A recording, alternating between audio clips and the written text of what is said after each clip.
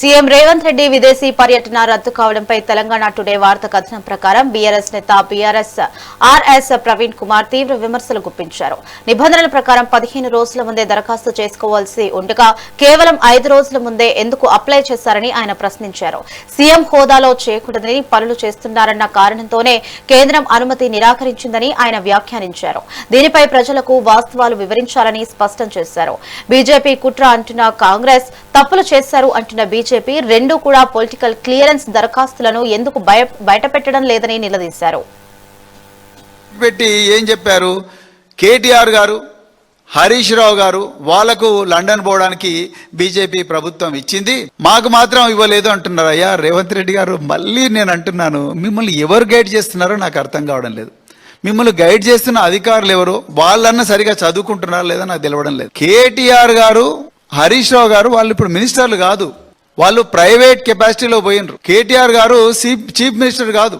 ఆయన నిజంగా chief minister అయితే మీలాగా ఇట్లా ఏమంటారు ఇంత హాఫజార్డ్గా ఉండదు, చాలా ఆర్గనైజ్డ్గా చేస్తారు. ఆయన గతంలో ఇండస్ట్రీస్ మినిస్టర్గా ఉన్నప్పుడు కానీ, లేకపోతే ఐటీ మినిస్టర్గా ఉన్నప్పుడు కానీ, మున్సిపల్ అండ్ అర్బన్ డెవలప్మెంట్ మినిస్టర్గా ఉన్నప్పుడు కానీ కేటీఆర్ గారు ఏ ఫారిన్ టూర్ పోయినా దానికి ఒక 3 నెలల ముందర నుంచే విపరీతమైన హోంవర్క్ ఉండేది.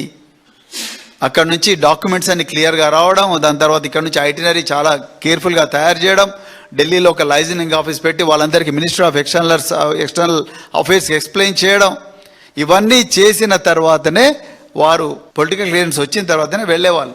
సో ఇప్పుడు మీ విషయంలో ఏం జరిగింది? 15 రోజుల ముందర అప్లై చేయాల్సింది మీరు కేవలం 5 రోజుల లోపలే అప్లై చేశారు.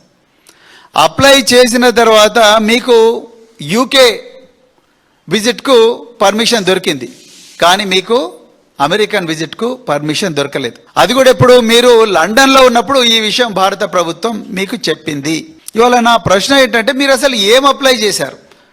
మీరు నిన్న డాక్యుమెంట్స్ మీడియాకు రిలీజ్ చేస్తారని మేము అందరం అనుకున్నాం. ఎందుకంటే భారత ప్రభుత్వం మీ మీద ఘోరమైన అభాండం వేసింది. ఏమని? మీరు ముఖ్యమంత్రి హోదాలో చేయకూడని కార్యక్రమాలు అమెరికాలో చేస్తారన్న నెపంతోనే, అనుమానంతోనే మేము మీకు పొలిటికల్ క్లియరెన్స్ ఇవ్వడం బంద్ చేశాము అని చెప్పి వాళ్ళు చెప్పారు. పొలిటికల్ క్లియరెన్స్ అంటే అది రాజకీయాల క్లియరెన్స్ కాదు, ఇది విదేశాంగ విధానానికి విభేదం కానీ లేకపోతే ఏమన్నా ఇబ్బంది అయ్యే క్లియరెన్సే దాన్ని పొలిటికల్ క్లియరెన్స్ అంటారు. దాంట్లో అనవసరంగా మీరు ప్రజలందరికీ కూడా మళ్ళీ తప్పుదో పట్టించే ప్రయత్నం